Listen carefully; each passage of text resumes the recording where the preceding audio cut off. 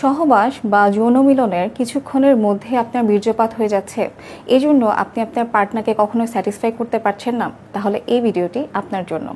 Hello আসসালামু আলাইকুম everyone, আমি ডক্টর নাবিলা নিকিতা। আজকে আপনাদের সাথে কথা বলবো দ্রুত বীর্যপাত বা প্রিম্যাচুর ইজাকুলেশন নিয়ে। এই জিনিসটা কি? সাধারণত সহবাস বা যৌন মিলনের সময় যদি 2 মিনিট বা তার কম সময়ের মধ্যে আপনার বীর্যপাত হয়ে যায়, তাহলে সেটাকে আমরা দ্রুত বীর্যপাত বা প্রিম্যাচুর ইজাকুলেশন বলে থাকি। এটার জন্য আমরা মূলত 5টি কারণকে দায়ী করে থাকি। প্রথমত, আপনি যদি মানসিকভাবে অনেক অস্থির থাকেন বা মানসিকভাবে কোনো চাপের মধ্যে থাকেন, তাহলে সেক্ষেত্রে আপনার দ্রুত বীর্যপাত হতে পারে।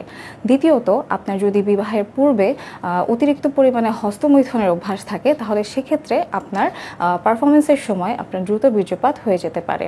তৃতীয়ত, আপনি যদি স্মোকিং করেন, সেটা হচ্ছে প্রত্যক্ষ হোক বা পরোক্ষ হোক, সেটাও আপনার এদিকে এফেক্ট করতে পারে, আপনার প্রিম্যাচুর ইজাকুলেশন করতে পারে।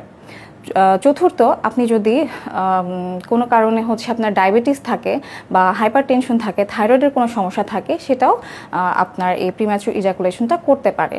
তো এই প্রিম্যাচুর ইজাকুলেশন বা দ্রুত বীর্যপাত কোনো লজ্জার বিষয় না। কোনো সঠিক চিকিৎসার মাধ্যমে যদি এটাকে চিকিৎসকের পরামর্শ অনুযায়ী যদি মেডিকেশন গ্রহণ করা যায়, তাহলে অবশ্যই এটা নিরাময় সম্ভব। আশা করি এই ভিডিওটি আপনাদের কাজে লাগবে। সবাই ভালো থাকবেন।